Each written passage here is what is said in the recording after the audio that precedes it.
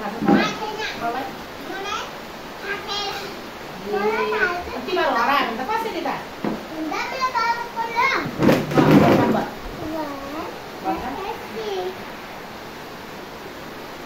तेरो अरू थाहा छैन जा तिमीहरू ए लु लु भन् न त अन्त